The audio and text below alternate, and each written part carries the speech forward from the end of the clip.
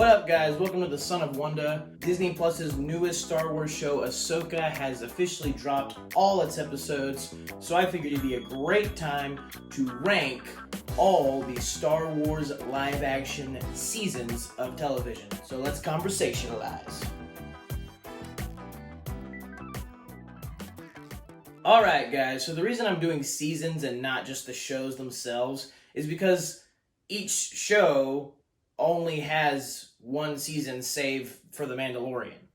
So, and for The Mandalorian, certain seasons have a distinct flavor enough in and of itself to warrant it just being ranked by itself. And so I figured it would make more sense to rank all these seasons instead of just all the shows, because it's not that hard of a ranking. If each show had like 100 seasons, I'd definitely just rank the shows. But let's get started with the ranking. Alright, guys, coming in at last place is Andor.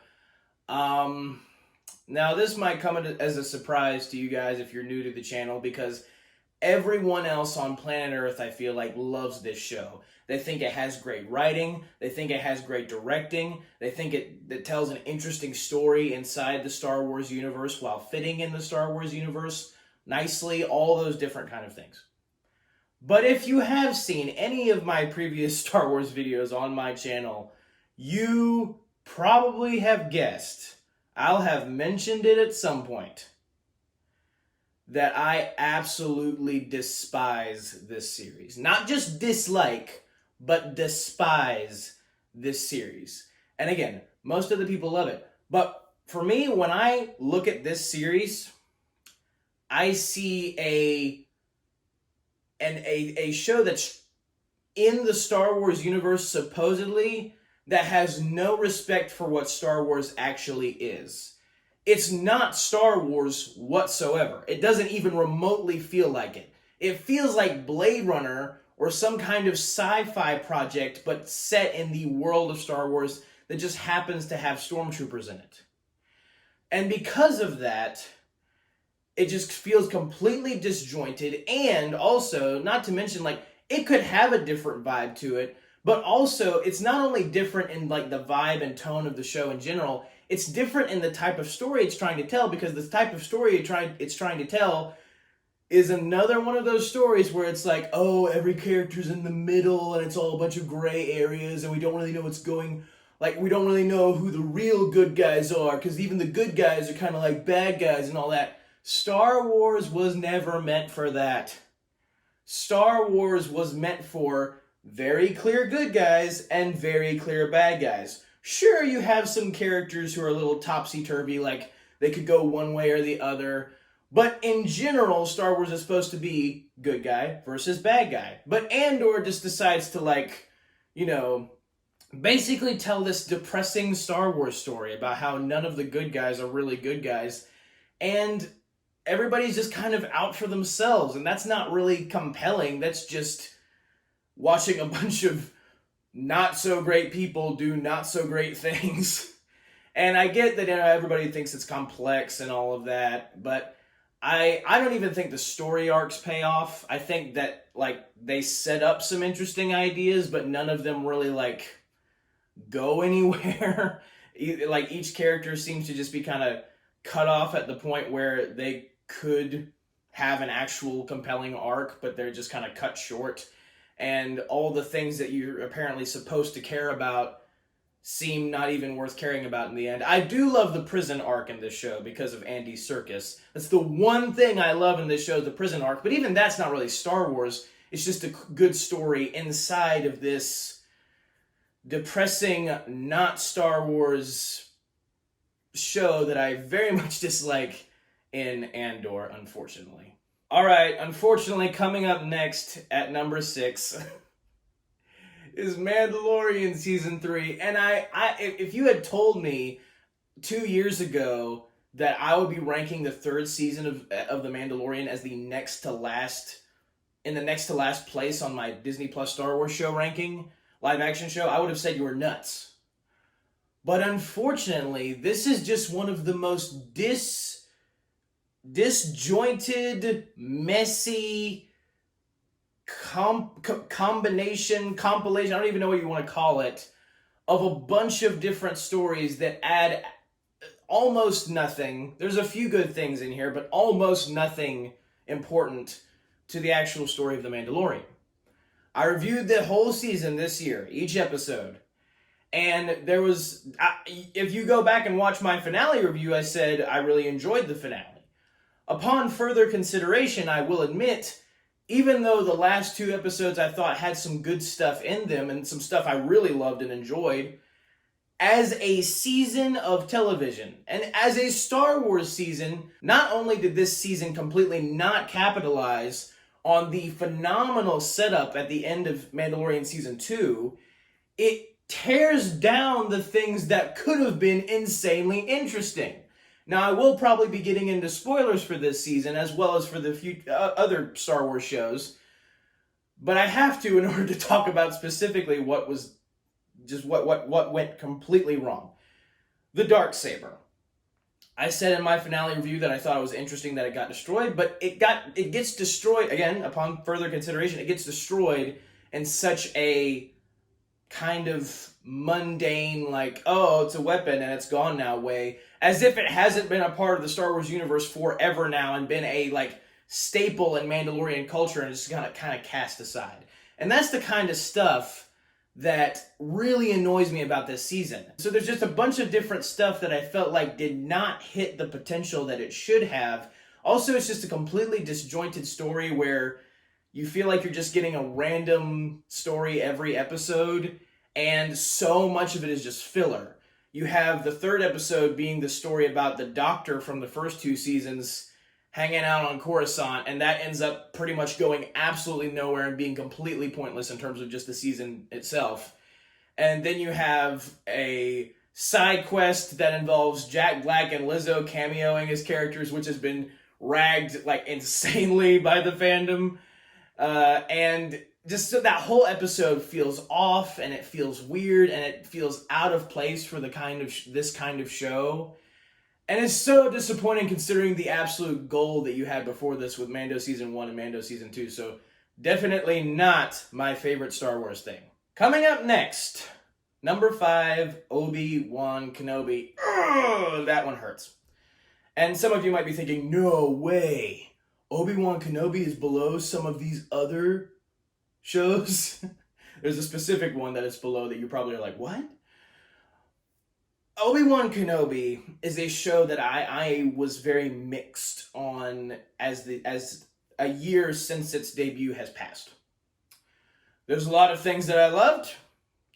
There's also a lot of things that I was like, what? And positives of the show. Again, spoilers, but positives of the show. I thought Vivian Blair, who played young little Princess Leia, did a phenomenal job. That is, I fully believe her as a young Princess Leia. I thought they cast her really well. She acts like Princess Leia, but as a kid, I thought they did good. The story that they try to take Obi-Wan on, with him like letting go of any guilt that he might have had and feeling like maybe Anakin's turn to the dark side was his fault, that is a compelling idea. And the final moment that he has with Vader / Anakin at the end of the series is acted perfectly and is in and of itself a very emotional moment and impactful moment. But these moments also come with stuff like, oh, Vader just beat Obi-Wan and then blew out some fire that he was just burning Obi-Wan with, and Vader was going to capture Obi-Wan, but now some more fire has come, and Vader, like, he just forgot how to use the Force, apparently. He's just, Obi-Wan's leaving. The droid is carrying him away. Like, the slowest droid of all time is carrying him off. I can't do anything. There's fire. The most blatant and stupid piece of non-Force usage in the entire Star Wars universe.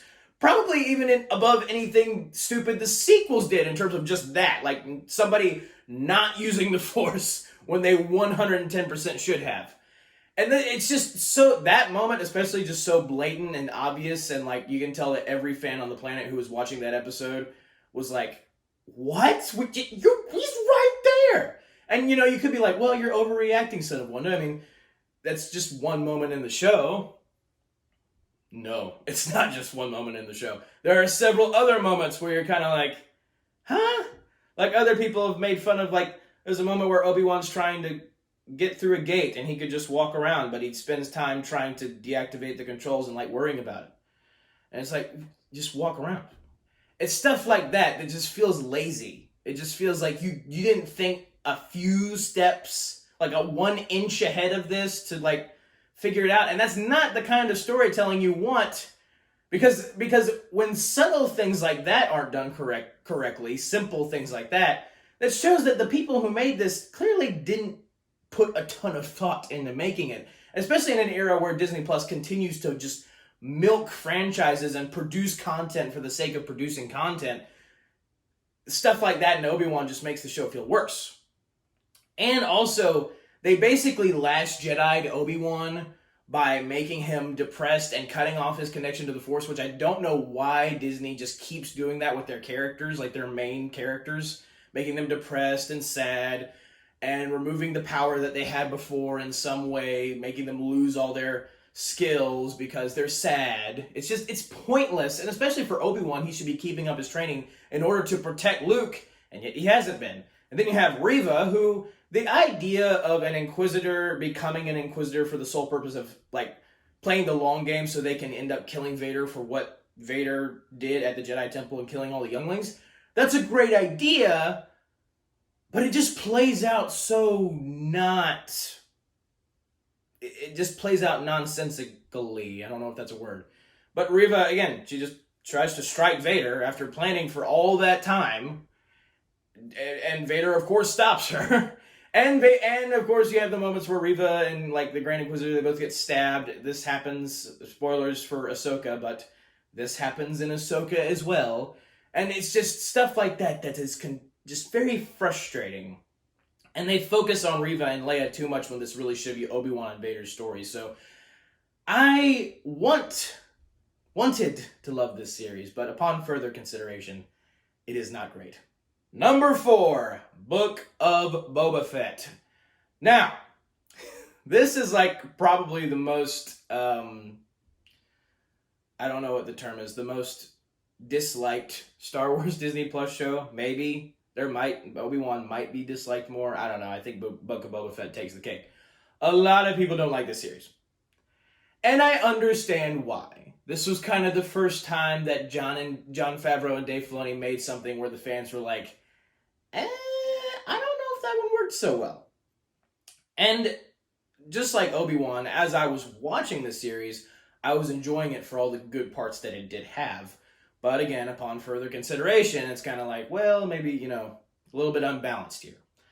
I, again, think that the idea of Boba Fett learning to become more of a noble leader than a cruel and, like, criminal as a bounty hunter, I think that idea is very compelling and interesting, especially given his past, especially if you watch Clone Wars and, you look at his part of his childhood in Attack of Clones. You get a feel for, like, this guy's history, and so it's compelling when you know that to see him want to become a better person, especially after his, his ultimate loss at the Battle of Carkoon, at the pit of Carkoon in Return of the Jedi when he got eaten by the Sarlacc, thrown into the Sarlacc pit. And, his, like, resurrection from that. So all that stuff is a good idea. It's just... Again, just like Obi-Wan, it's the execution that just doesn't play out right, because he doesn't really have a story arc, per se. He's given a semblance of one, but it's not a full one. Like, the first 2 episodes, especially the second. I love the second episode because that did seem like, oh, he's with the Tusken Raiders, and he's learning kind of how to be noble through them. He's like regaining his honor. And he's learning about honor, where he didn't really, like, as a bounty hunter, he didn't really have much honor before. And that was, like, perfect setup, and it seemed like they were going to fight the Hutts, and that was awesome. And then episode 3 happens, and the Tusken Raiders all die, and we get the cyborg Power Ranger biker gang, which I'm going to admit, I love Jon Favreau and Dave Filoni, but that was not a good idea. It just plays very weird, and it's very not Star Wars. Just that whole like the cyborg, all of it. It's just the motif is just very off. And in a show where you could have done something really cool with all the bounty hunter stuff, and you don't really do a ton with it, and it's just kind of Boba Fett walking around taking care of a few problems. Then you have the villains who are the Pikes, which it doesn't really hit any specific like points. It's just like they're the bad guys because they're the bad guys. There's not a whole lot of compelling storytelling there. But we do get live action Cad Bane, even though it's only for the last 2 episodes, or should I say the end of the second to last episode and then the last episode. And that's awesome in and of itself too to have that reunion. But Cad Bane, you know, it would have been awesomer if he was like the whole season, throughout the whole season, and he was the main villain. That would have been really cool. But at the same time, as much as this show is flawed, it does have the Mandalorian episode, the 2 Mandalorian episodes in there. And one of them includes, spoilers, Luke Skywalker training baby Grogu. Training him just the way that Yoda trained Luke. Should that have been in Book of Boba Fett and like been so focused on when it was Boba Fett's story and they only had 7 episodes? Probably not.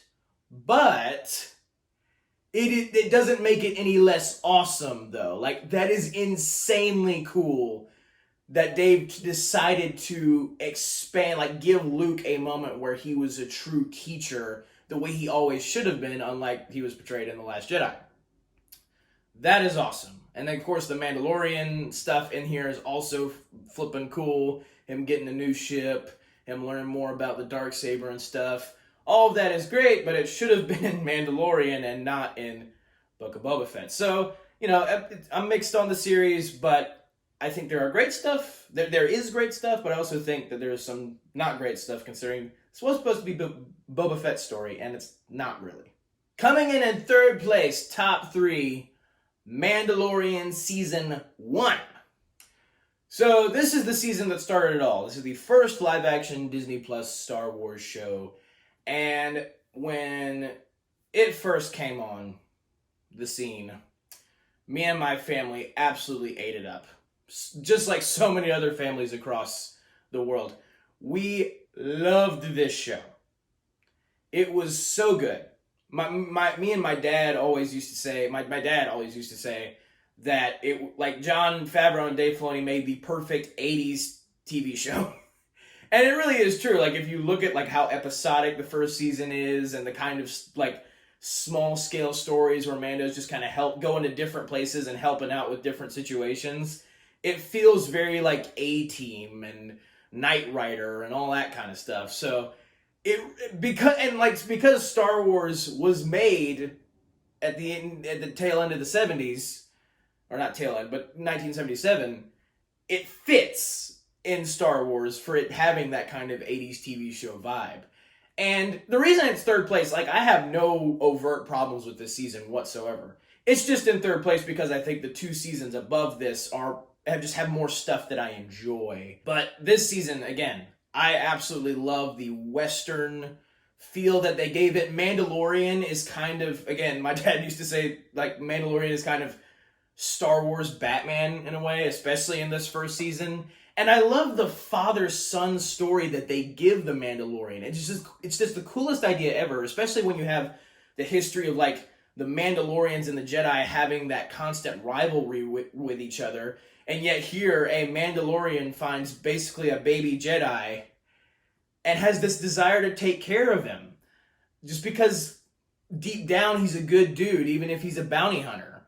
And I love father-son stories so much, so I absolutely love the journey that they take Mando and Grogu on together with you know, Mando basically fully becoming Grogu's father by the end of it all.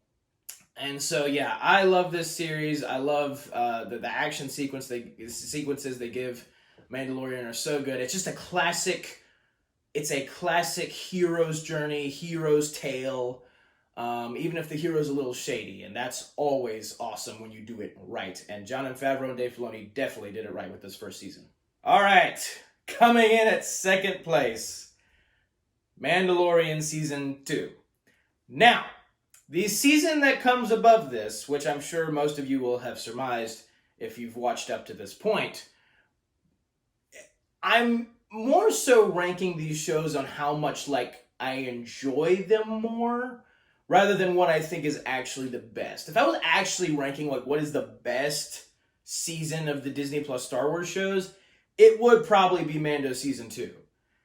It's just the season that I put above this has a little bit more stuff that I enjoy. But Mandalorian Season 2, there are some people who rag this season. They say, the cameos in it are just there for cameos' sake. The fan service is just fan service and nothing more, all that stuff. I could not disagree more. Because they gave us a story in this season that included Ahsoka Tano, Boba Fett. I have the full name in my head.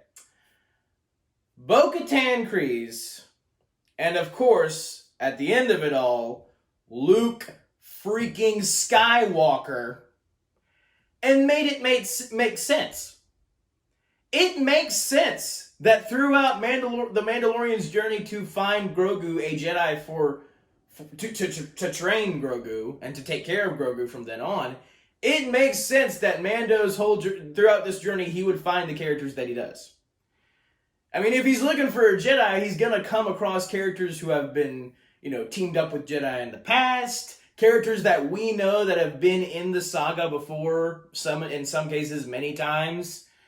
And I love that they were able to tell a story like that and have it make sense. Have it to where, at least for me, it didn't feel like just fan service, but each episode, maybe except the second one in this season, the second episode of this season, each of the other episodes feel like, for the cameo episodes, they have a proper place in the story. Not to mention the way it expands the story of each character that it places inside this season. This is the season that brought Boba Fett back. Boba Fett officially returned and was confirmed to still be alive after Return of the Jedi in this season. And it makes sense because Mandalorian figured he'd find other Mandalorians to find the Jedi, and he found another guy who was wearing Mandalorian armor, but he wasn't a Mandalorian, so he takes the armor, all that stuff. I feel like it just one story leads into the other until it just gets to the point where it's absolutely insane. And of course, the ending of this season specifically is so flipping phenomenal, where Mandalorian says goodbye to Grogu, but he's willing to take his helmet off. He's willing to break his creed just to have a moment with his son. This person that he's learned to care for immensely. And when before he was just kind of a bounty hunter, was just looking for a score, but now he's just learned to he's learned to do something more with his life. He's done something more by taking care of this child. And then, of course, Luke, it makes the perfect sense that Luke would be the one to rescue the child, to take him into his care as his apprentice. And, of course, yes, Book of Boba Fett does kind of, end that story pretty fast. But I don't think it makes the ending of this season. I think we could still treat it just as impactful as we used to, because the story that this season tells in and of itself is a very beautiful one, and it ends so perfectly. But coming in at number 1, Ahsoka, the newest Disney Plus series. And if I was ranking best, I would probably rank Mando Season 2 above this season, because I am willing to admit that this season has a lot of flaws. It's got a lot of flaws. It is not as good as it could have been. But just because it is not as good as it could have been does not mean it wasn't good at all. This is the start. It would be really weird if I didn't rank this at number 1 for me specifically, just because this is the Star Wars show that I basically wanted all my life. My favorite aspect about Star Wars has always been Jedi, Sith, the Force, lightsabers. That aspect of Star Wars, the pure fantasy aspect of Star Wars, has always been why I've loved Star Wars. And so for a show, or any Star Wars project, I mean, Clone Wars, but for a live action show, to fully embrace that and make the Star Wars show that always should have been made, should have been first on the docket, because that is what Star Wars is about, is the forces of the light side versus the forces of the dark side and forces of the Empire. This is the show. that finally we get it. And I would have had no other person create it than Dave Filoni. I do think that even though I think like maybe Sabine, I don't know if her translation from animation to live action is the best it could have been. And that goes for a lot of the different stuff in this series that I think they could have expounded on more. I think the episodes could have been longer, but the stuff that they put in the episodes is still really, really interesting. And I think the greatest success of this show, ironically, was the most anticipated one, I feel like, which was Thrawn. I think they hit Thrawn out of the park. Lars Mikkelsen plays Thrawn to perfection. And as if that wasn't enough, while we're not hanging out with Thrawn, we've got Ray Stevenson, the late Ray Stevenson, playing Baylan Skoll, also to perfection. Like, Baylan Skoll is a new, powerful dark side warrior who has his own specific motivation that isn't just, oh, I want power because I'm a bad guy and I want power.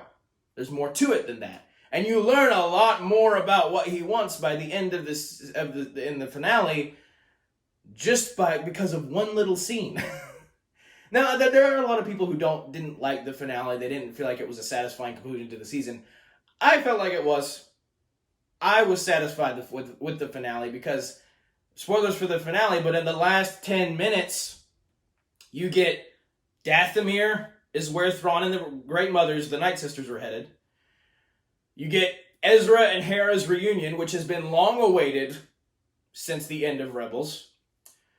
You see the Owl Morai, which I forgot to mention in my finale review, by the way. You see the Owl Morai look at Ahsoka and then fly away, who's always kind of been Ahsoka's guardian angel since the Mortis arc in Clone Wars. You'll have to look that up for yourselves. It's a whole big thing there.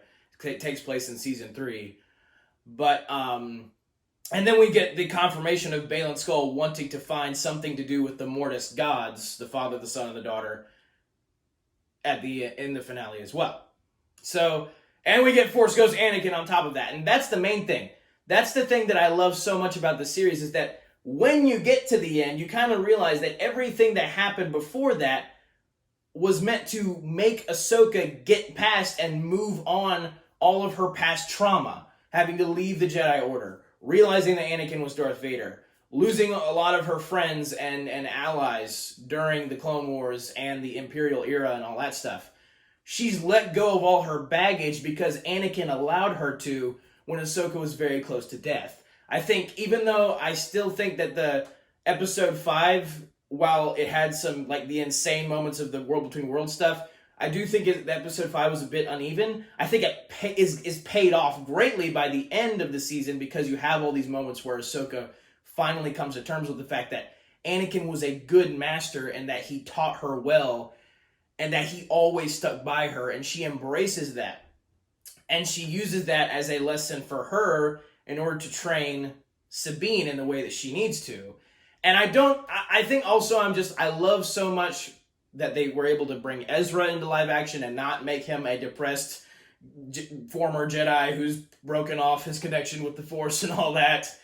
They just translated it. He's still powerful. He builds a new lightsaber. He's still a boss. Even more of a boss than he even was before, probably. So, as much flaws as the season, I think, does have, I don't think I could have been more pleased in certain areas with the stuff they did. And just so much of it. Again, this is the Star Wars show I wanted. Like, infinite lightsaber battles, infinite lightsaber skirmishes or whatever, like just like a bunch of Force usage, a bunch of Jedi. This is what I wanted. And it's also a story that it had a beginning, it had a middle, and it had an end. It was not a bunch of filler episodes, which is the flaw of Mando Season 3 and Obi-Wan Kenobi and Book of Boba Fett.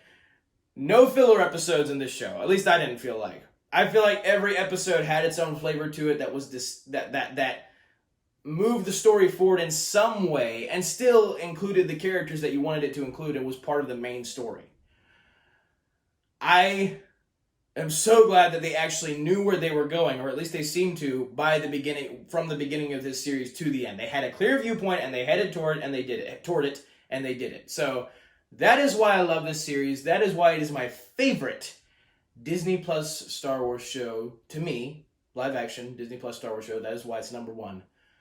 But that is my ranking of all the live action Star Wars shows, and I hope to get more good shows. I hope to get more good quality shows that keep upping the story level, and if they pay off all the stuff, if Ahsoka gets a season 2, we still don't know if it's going to yet, but if Ahsoka gets a season 2 and they actually pay off all the stuff that they set up at the end of season 1, that could be my new number 1 season of live action Star Wars shows, all of them. But thank you guys for watching. Have a very blessed day. May the Lord be with you. May the Force be with you. Goodbye. And that's a wrap.